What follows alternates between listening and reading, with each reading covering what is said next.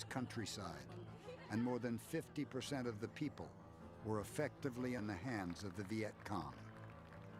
And the Vietnamese generals who had overthrown Ngo Dinh Diem were bickering among themselves. The assassination of Ngo Dinh Diem set in motion a series of coups. Each government was less effective than the one before. In January 1964, with U.S. encouragement, General Nguyen Khai staged yet another coup. In March, Johnson sent McNamara to Vietnam with instructions to show the people that Khai was our boy. Johnson said, let's get him out and get him speaking to people, and let McNamara go with him as well, so that people can see that the United States is solidly behind this man. We fully support the people of South Vietnam. It was natural for the American to support the man on the spot. So he went along with General Khai in a kind of a trip somewhere in the countryside. When Khan gave a tedious, long, laborious speech, ending up with Vietnam Mung Nam, Vietnam Mung Nam, Vietnam 1,000 years, McNamara leaned over to the microphone and said, Vietnam Mung Nam. The American pronounced it has a different meaning in Vietnamese. Vietnam Mung Nam. What he was saying was something like the little duck, he wants to lie down. Vietnam Mung Nam. He wasn't aware of the tonal difference. And McNamara grabbed one fist and held them up. And the crowd practically disintegrated on the cobblestones. No more of this coup shit, President Johnson told his advisors. But Khai, too, lacked popular legitimacy, and other generals continued to jockey for power. Washington turned a deaf ear to Buddhist calls for the genuinely representative government they'd hoped they'd get when Diem was overthrown. Between January 1964 and June of 1965, there would be 8 different governments. All of their leaders were so close to the Americans that they were seen as puppets. One weary Johnson aide suggested that the national symbol of South Vietnam should be a turnstile. These demonstrating students seem to symbolize a kind of anarchy that is descending on Saigon these days. This kind of political backbiting is having serious consequences in the countryside, for until a strong government begins to function here in Saigon, the war against the communists will continue to founder.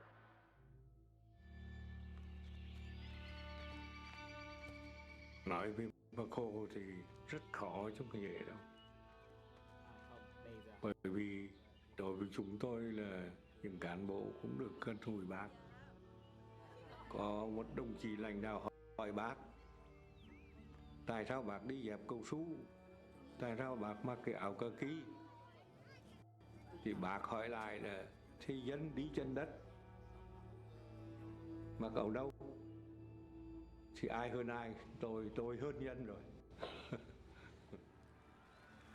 Ho Chi Minh was still a beloved figure in North Vietnam, still concerned that his country remained fragile, still wary that stepping up the conflict in the South might force the Americans to take a still more active role. But Ho now shared power with younger, more impatient leaders. There had been change and turmoil in North Vietnam, too, just as there had been in Saigon and Washington, though Americans knew almost nothing about it. Có hai cái khuynh hướng nó khá rõ ràng ở miền Bắc. Thì tuy nhiên là khi nói là giải phóng miền Nam rồi, nhưng mà giải phóng miền Nam bằng mức độ bạo lực như thế nào thì vẫn còn tranh cãi.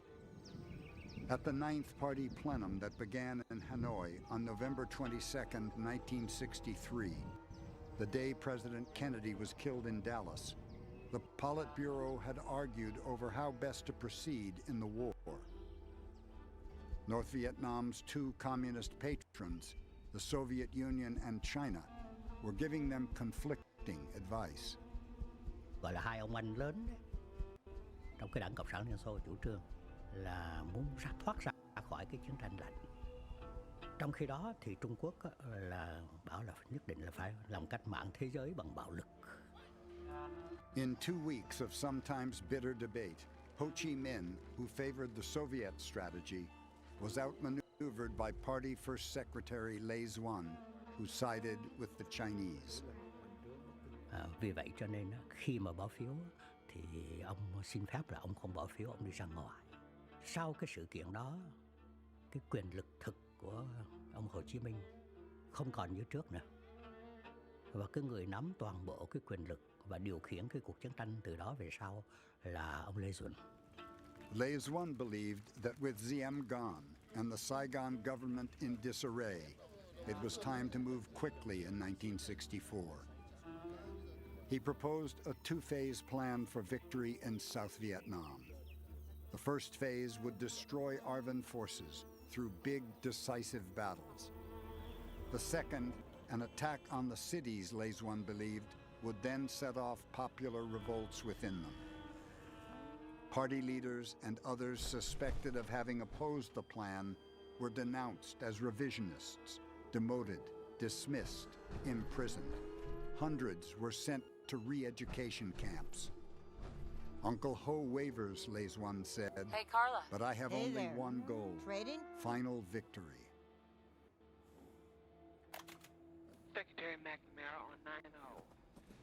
Yes, Mr. President. Sure. I hate to bother you, keep but your shirt on. tell me, have we got anybody that's got a military mind that can give us some military plans for winning that war? Well, let's get some more something, my friend, because I want to have a heart attack if you don't get me something. We need somebody over there that can get us better plans than we got, because what we got is what we've had since '54. We're not getting it done. We're losing. So that's one reason I want to go back. Kick him in the tail a little bit will help you at this point. What I want is somebody that can lay up some plans to trap these guys and whip hell out of them. Kill some of them. That's what I want to do. I'll try and bring something back. We'll meet that objective. Give up. When his counselors urged him to do so, Johnson increased the number of American military personnel from 16,000 to more than 23,000 by the end of the year. But he wanted his own team in Saigon. He replaced Henry Cabot Lodge, making General Maxwell Taylor his ambassador, and selected 49-year-old General William Westmoreland, a decorated commander from World War II and Korea, to lead the American military effort. The president hoped to force Hanoi to abandon its support for the guerrilla struggle in the South by gradually escalating military pressure. He authorized American pilots to bomb North Vietnamese troops and installations in the neighboring country of Laos. And he directed the military to oversee South Vietnamese shelling of North Vietnamese islands and raids on coastal bases. All of it was to be conducted in secret. The American people were not to be told. It was an election year. Meanwhile, the Joint Chiefs of Staff felt strongly that the United States was fighting on the enemy's terms and urged far more drastic and dramatic action. Airstrikes against critical targets in North Vietnam itself, and the deployment of U.S. forces in South Vietnam, boots on the ground. Johnson refused, fearing that such aggressive moves would pull China into the conflict, just as it had entered the Korean War in 1950. They say get in and get out. Yeah. And I told them we haven't got any Congress that'll go with us, and we haven't got any mothers that'll go with us in the war. And we've got to win an election. And then you can make a decision. Polls showed him with a commanding lead over his likely Republican opponent, Senator Barry F. Goldwater of Arizona, a blunt, uncompromising critic of what he charged was the administration's weakness in the face of communist aggression. Why does he put off facing the question of what to do about Vietnam? Does he hope that he can wait until after the election to confront the American public with the fact... Here were these communists who were overrunning Southeast Asia. And Johnson's doing nothing about it. Opponent has not told you what he plans to do about the Cold War? I rode around the back of a flatbed truck in Percy with a bunch of my classmates singing Barry Goldwater campaign songs because Lyndon Johnson was not tough enough on those communists. Johnson felt he did not yet have the political capital to take further action in Vietnam. But he asked his aide, William Bundy, to draft a congressional resolution authorizing him to use force if needed, to be sent to Capitol Hill when the time was right. On July 30th, 1964, South Vietnamese ships under the direction of the U.S. military shelled 2 North Vietnamese islands in the Gulf of Tonkin. The tiny North Vietnamese Navy was put on high alert. What followed was one of the most controversial and consequential events in American history.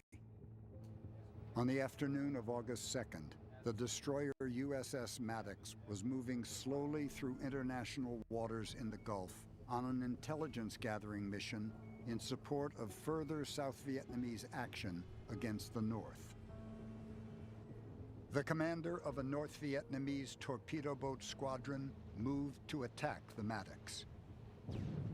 The Americans opened fire and missed. North Vietnamese torpedoes also missed. But carrier-based U.S. planes damaged 2 of the North Vietnamese boats and left a 3rd dead in the water. Ho Chi Minh was shocked to hear of his Navy's attack and demanded to know who had ordered it. The officer on duty was officially reprimanded for impulsiveness. No one may ever know who gave the order to attack. To this day, even the Vietnamese cannot agree. But some believe it was Lê Duẩn.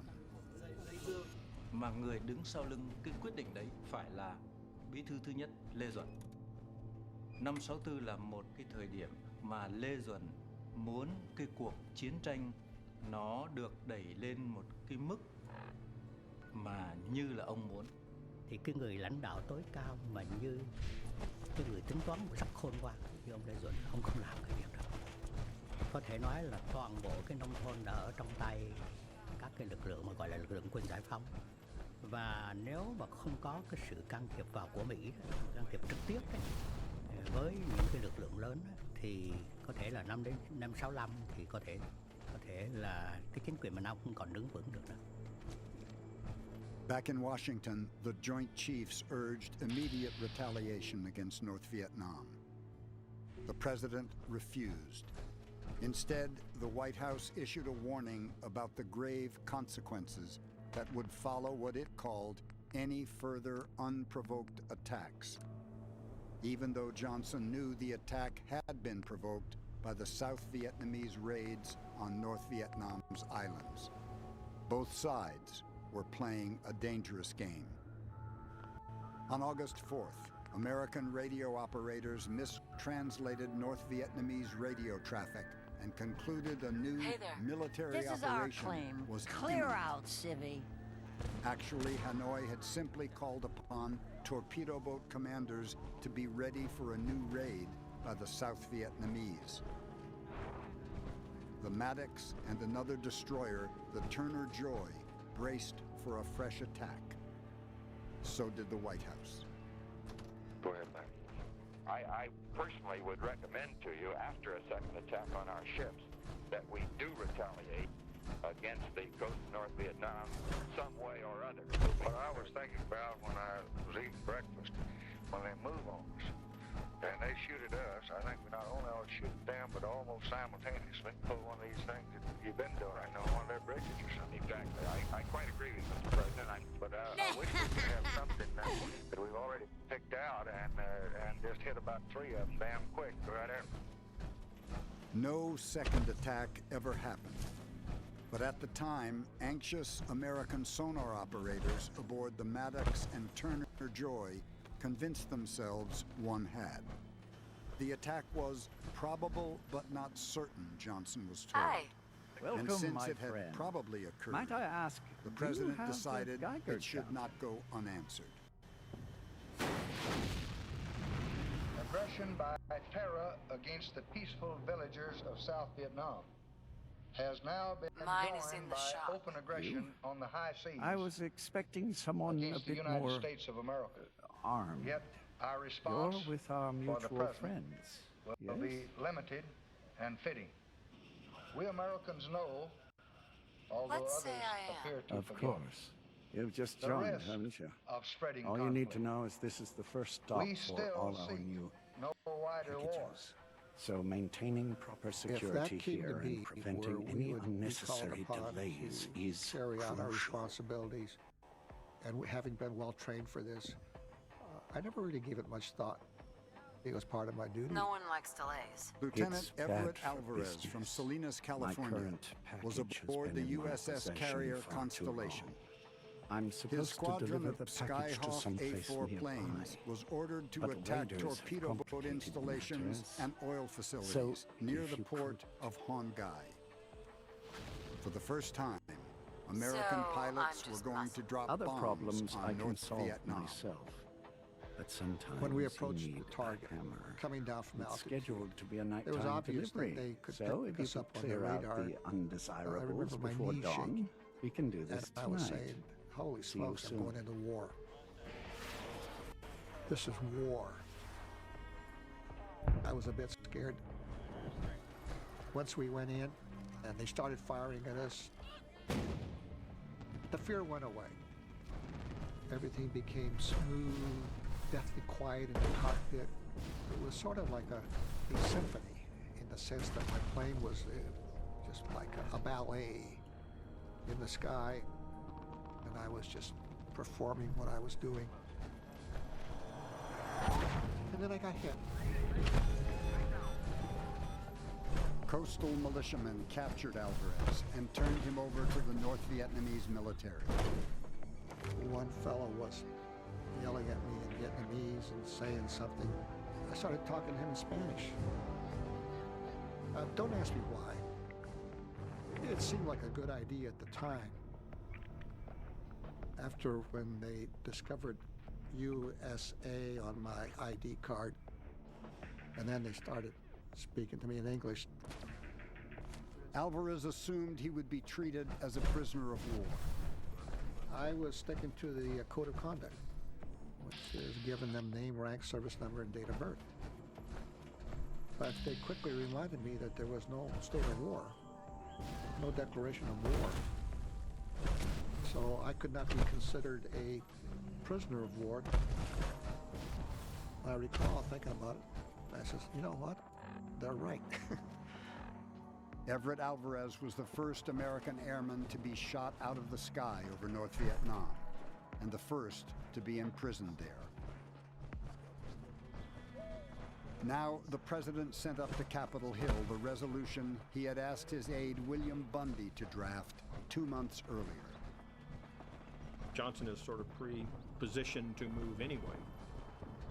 And it gives him really the instant that he needs to go to Congress and ask for a resolution that will allow him to deal with what he sees as aggression in Vietnam.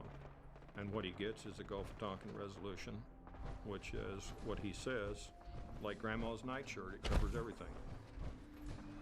I think what Johnson is looking for is the opportunity at the right time to send a message to North Vietnam that we're serious about supporting South Vietnam. That message is sent. What the hell was that? I think we misread the enemy because they're just as serious as we are. On August 7th, 1964, by a vote of 88 to 2, Fucking easy. the Senate passed what came to be called the Tonkin Gulf Resolution. In the House, not a single congressman opposed it. Senator Goldwater could no longer plausibly claim Johnson was failing to fight back against North Vietnam, while those voters concerned that the United States was in danger of becoming too deeply involved admired the president's measured response. Support for Johnson's handling of the war jumped overnight from 42 to 72%. The American public believed their president. This wasn't their day. Lays-One and his comrades in Hanoi did not.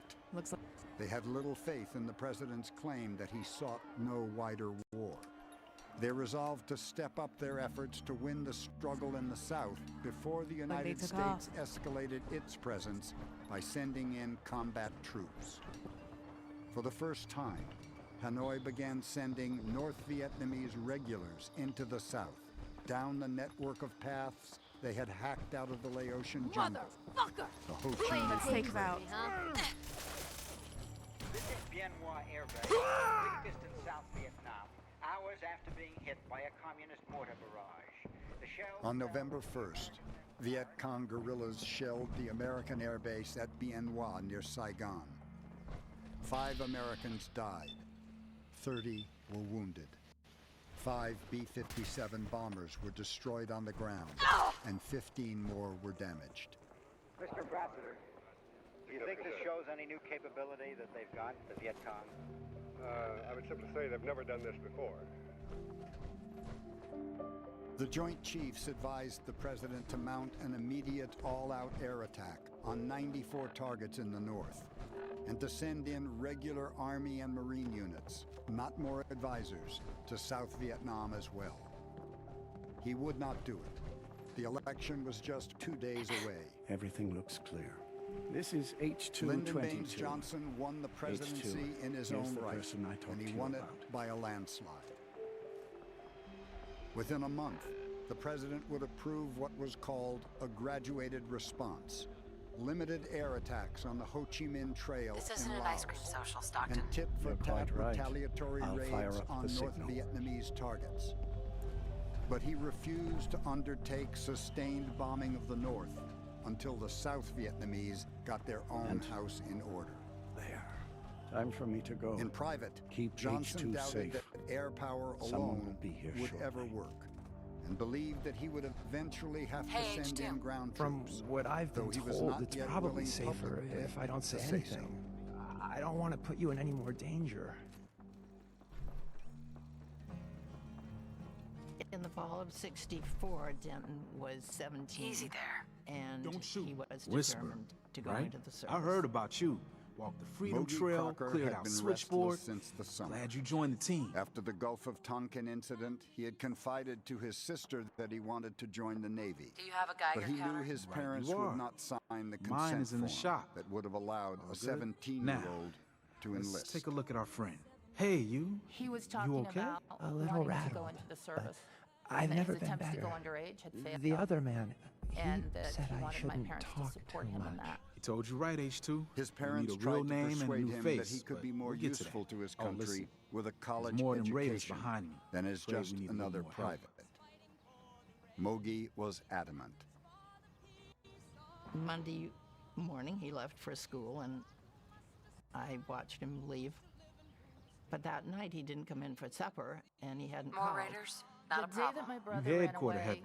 You need to has get to be Ticonderoga one Safe of the House. most, Makes a lot of sense. Fresh off the bizarre boat, crashed there experiences until in we my smuggled them out of the Commonwealth. I eventually You do happened anything to look else in my there? Most of piggy what bank, we and do he is had look after the taken new the guys. money I had They and usually left got a note million for me. questions, so I try and answer He as had best I can. promised We he got would some pay of our back. own questions too. He About the was Institute gone and about whatnot. 4 months. Agents sometimes drop by to lay and low said if the that bad he guys are on would their not tail. come home unless Never a we dull agreed moment. to sign for I'll lead the him. way. And he wouldn't be 18 until June. But we did agree, and he did come home. My husband felt it was an honor-bound agreement. I was hoping that I could change his mind. Someone there? To my mind, the Marine Corps represented the very best. And it does. They are the best. And I wanted to be part of the best. I was competitive. I was pugnacious. But I wanted to get in the Marine Corps and go to the first war I could find. Lieutenant Philip Brady from Port Washington, New York, arrived in Saigon just need a a few fucking days drink. after Lyndon Johnson's election. One of the new advisors sent to help shore up the South Vietnamese military. You picked the wrong easy pickings. Women and children are not injured. General Westmoreland himself greeted the newcomers. That's how it's done. He was an boys. impressive-looking man with an impressive record. Are you Many of the men he This led shouldn't into take long. Sicily and Normandy during World War II We're gonna make called try. him Superman. You got He it. fought with What's the distinction town in up to? Korea, commanded Bad the day to be the bad 101st guys. Airborne, served as superintendent of West Point. Time magazine called him the sinewy personification of the American fighting man. What is it? What is it? General Westmoreland told us that we were down on the 5-yard line and we just needed a few more to go get the touchdown. Then I went out, and then I got on the ground. Then I found out, don't you realize we're losing? Lieutenant Brady was assigned to assist Captain Frank Eller, senior advisor to the 4th Battalion of Vietnamese Marine Corps, Someone's an coming elite by. unit whose members called themselves the Killer Sharks. You were told that you were going over there to guide, educate, and elevate, essentially, these little fellas on how to fight a war. When in fact, they knew exactly how to fight the war. You were just an appendage. You were there simply to guide assets that they didn't have. American Need some artillery, cover fire over American here. airstrikes. Brady did his best to get to know the South Vietnamese Marines in his unit. Covering fire. He Freddy come in as an assistant of the senior advisor. I said that you are not my advisor, you are my helper. And also, you are so tall and big. Stay away from me. Come on. Because if you Let's see who can get the highest score. Some here comes sniper will shoot at you and then they miss you and then hit me. Lieutenant Chun Nap Tuan, the son of a trucker, had escaped life with a hostile stepmother by entering the South Vietnamese Military Academy at Dalat. He'd been fighting the Viet Cong for more than 2 years. Tuan was a junior officer. I think he was a company commander. I knew him. I liked him. He was a Dalat graduate, which is like the West Point. Very dedicated. Later, we found out we understand each other more than that because we are at the same generation. With the wrong people. Brady, Tuan, and the 4th South Vietnamese Marine Battalion were stationed near the Bien Hoa Air Base in reserve, waiting to be called into action. There were new rumors now of larger enemy units moving through the countryside. Lê Duan's plan to win a quick and decisive victory was underway.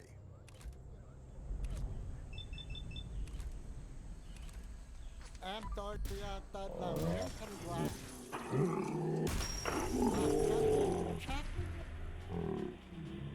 Be up ahead.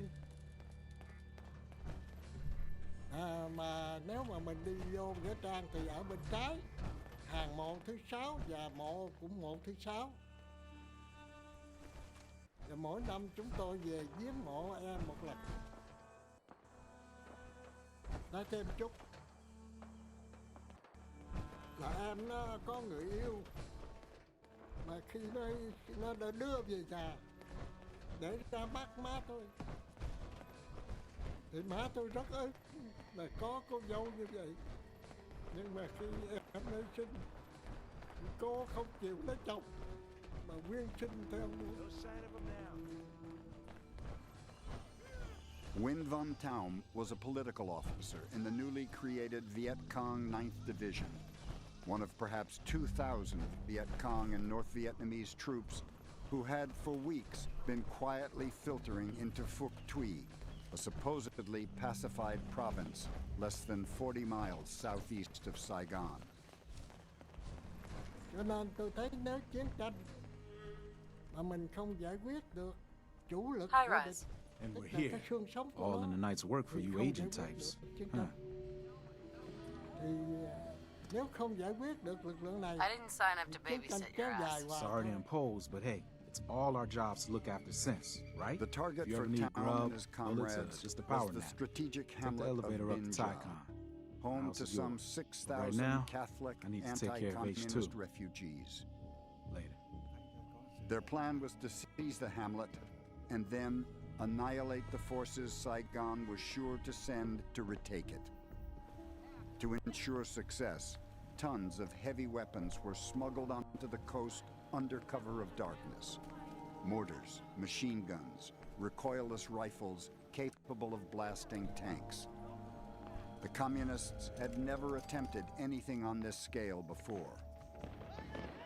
Before dawn, on December 28th, Viet Cong advance units easily overwhelmed the village militia and occupied Binh Cha. When two crack South Vietnamese Ranger companies were helicoptered in the next day, they were ambushed and shot to pieces.